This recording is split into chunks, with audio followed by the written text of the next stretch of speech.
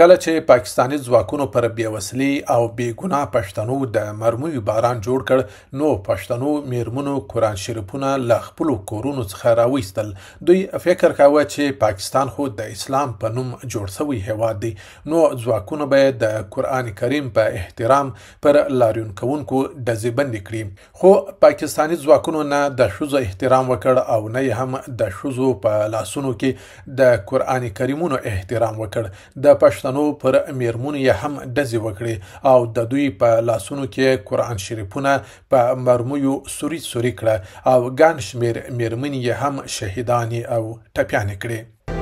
مور مې ګرځېده بیا پلار مې پټه